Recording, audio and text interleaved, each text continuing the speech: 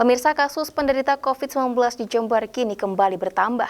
Predikat zona kuning yang sempat diraih dalam 16 hari terakhir, Jember kini kembali bergeser menjadi zona orange. Setelah sempat menyandang predikat zona kuning selama 16 hari, Kabupaten Jember kini kembali menyandang status orange di Jawa Timur. Hal ini menyusul peningkatan jumlah kasus positif COVID-19 yang ditemukan dari hasil screening secara masif dilakukan di beberapa tempat.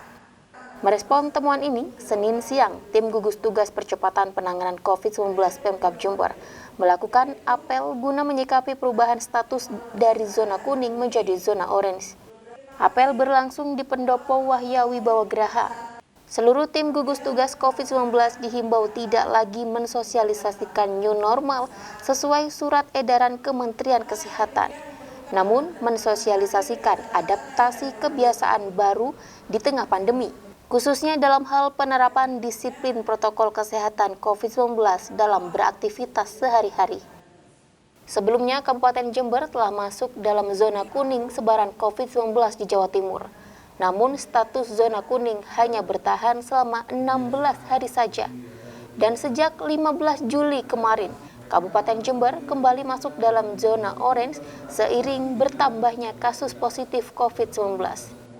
Peningkatan jumlah kasus positif baru ditemukan dari hasil screening secara masif yang dilakukan di beberapa tempat, baik dalam bentuk kegiatan rapid test melibatkan ribuan santri, pedagang pasar, dan beberapa instansi terkait lainnya. Untuk santri yang akan kembali ke pondok pesantren, sampai hari ini sudah 34.000 lebih santri yang dilakukan rapid dan 2.500 lebih pengasuh pondok pesantren dan panitia yang dilakukan rapid test.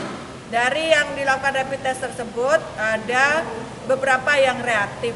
Reaktif belum tentu positif, tetapi dilakukan tindak lanjut dengan swab, ditemukan 10 santri yang positif. Tapi ini belum masuk ke pondok pesantren.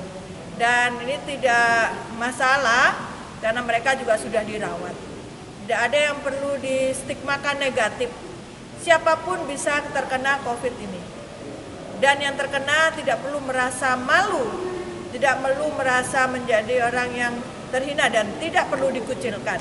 Karena penanganan protokol COVID ini hanya perlu diwaspadai karena penularannya sangat mudah dan sangat cepat.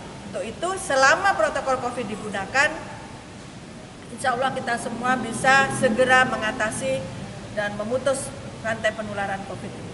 Data gugus tugas percepatan penanganan COVID-19 Pemkab Jember per 19 Juli 2020, kasus positif berjumlah 194 kasus dengan rincian 103 orang dalam perawatan di rumah sakit, pasien sembuh berjumlah 84 orang, dan meninggal dunia 7 orang.